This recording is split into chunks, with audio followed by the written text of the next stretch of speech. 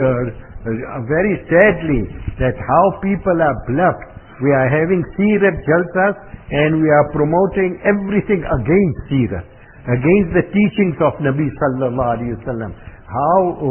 What hypocrisy this is, and what na'uzubillah an insult to Nabi sallallahu alaihi wasallam. On his name we call a Seerat, where we are supposed to encourage people to follow Nabi sallallahu alaihi wasallam, to cultivate the love of Nabi sallallahu alaihi wasallam, to stand up for all his teachings, tooth and nail, that we stand up for what he taught us, and we do the very opposite of that.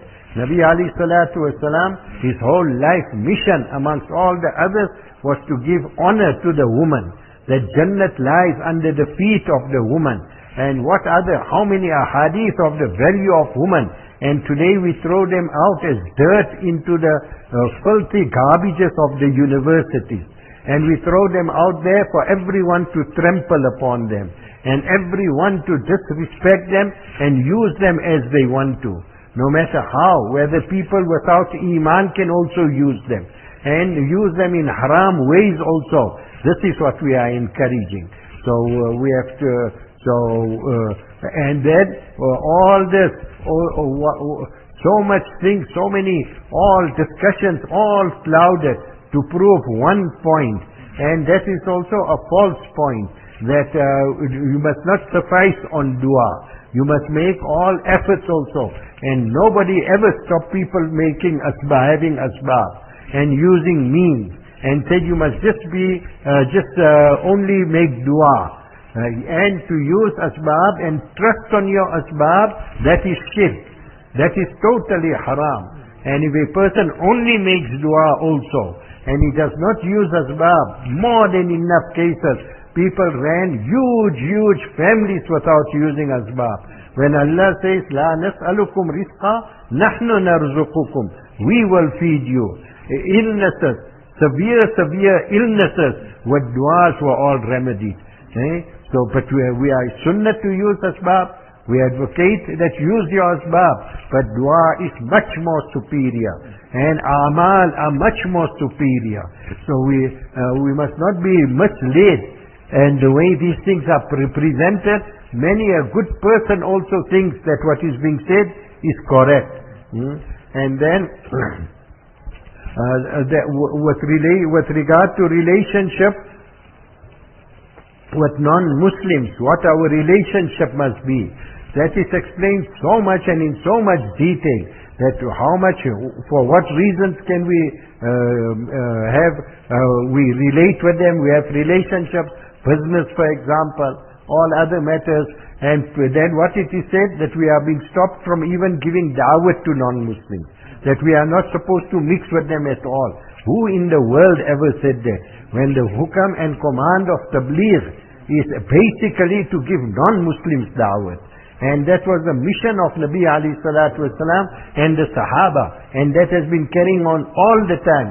Now it is said that they say you mustn't even stay away from the non-Muslims, that you mustn't even give them da'wat. When was that ever said?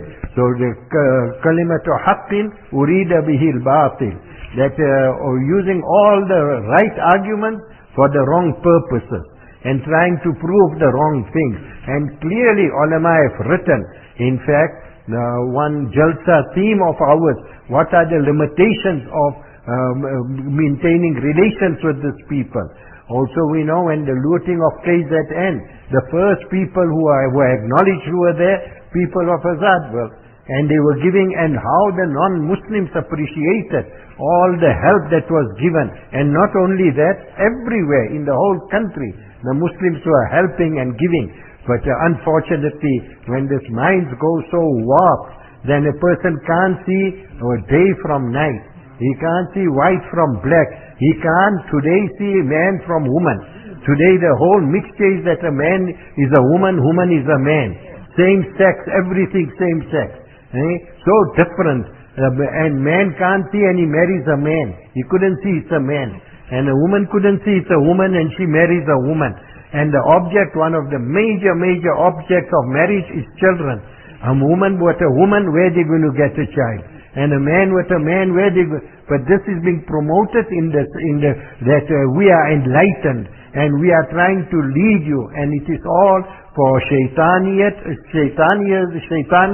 and in this dunya only.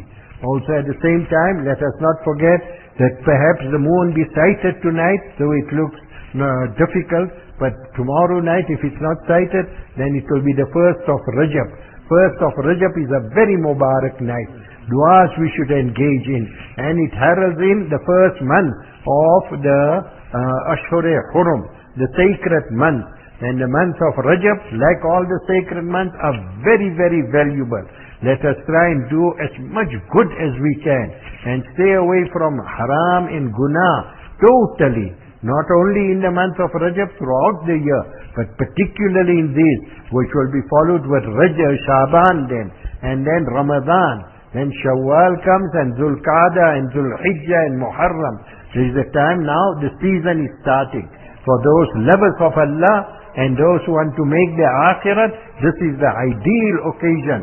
So let us turn to Allah, and stand up for the truth, and not shy away, and not be cowards, and not be a coward to Nabi sallallahu alaihi wasallam.